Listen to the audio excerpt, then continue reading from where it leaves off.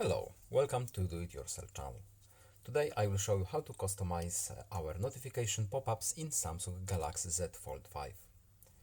To change our notifications, we first have to go to the settings menu, then we are looking for notifications options here and notification pop-up style. We can choose detailed and brief, but in the brief we can customize it a little bit more. For example, edge lightning style, as you can see, now it's a pulse. We can choose hearts. There are the hearts. Let's leave it as the pulse one. Done. We can also change color of our notifications. For example, red one. Done. We can also highlight a keyword if we need to.